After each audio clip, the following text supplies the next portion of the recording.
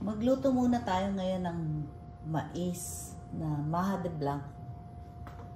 Ang mga sangkap na gagamitin natin, 1 can sweet corn cream style, 1 can coconut milk, 1 can evaporated milk, 1 can condensed milk, 1.5 cup cornstarch, 1 teaspoon pandan flavor, and 1 cup whole milk.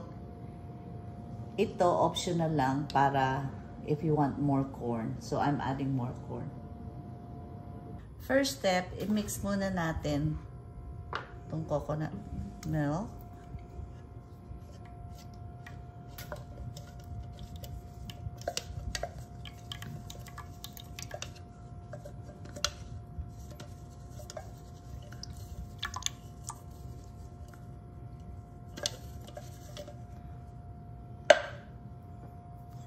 Evaporated milk,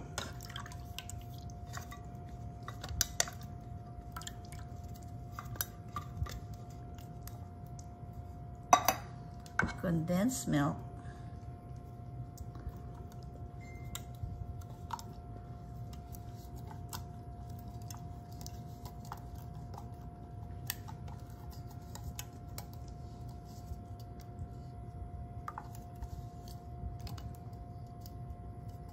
at yung ating cornstarch.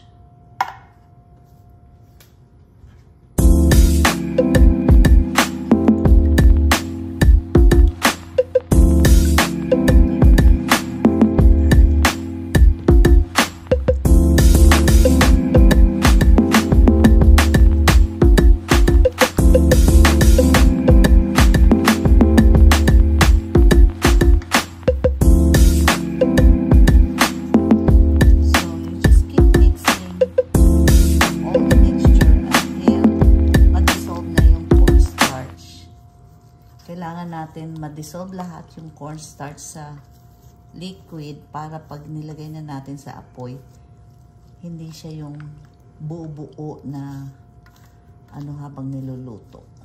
Isalang na natin siya ngayon sa low-medium heat. Halo-halo lang ng konti hanggang sa mamuo. Gaano katagal yung halo? Siguro mga 15 to 25 minutes hanggang sa mamuo-muo na siya eh. Okay. Commercial muna. After 10 minutes, nag-uumpisa na siyang lumapot. So, you still keep mixing it until na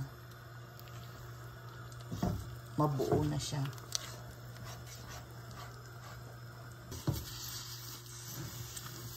Malapit na siyang buo. Yung mais, depende sa inyo kung gusto niyo maraming mais. Yung asawa ko, favorite niya maraming mais. Kaya talagang marami yung nilagay ko.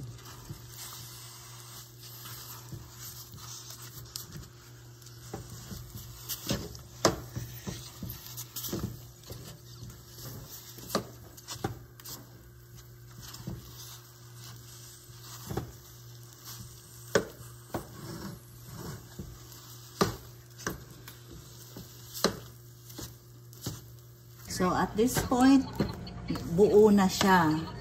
So, ang gagawin na lang natin, ihuhulman natin siya sa tray.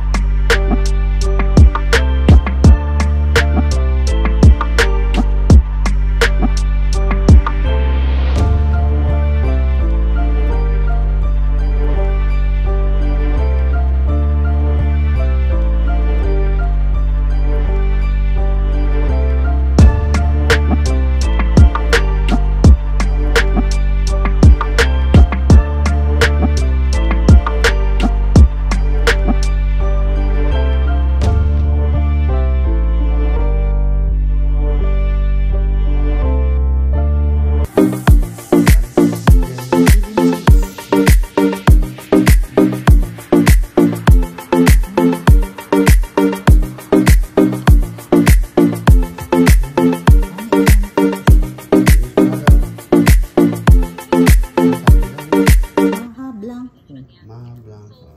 And maybe we can do that for our With Christmas party. grated cheese on top.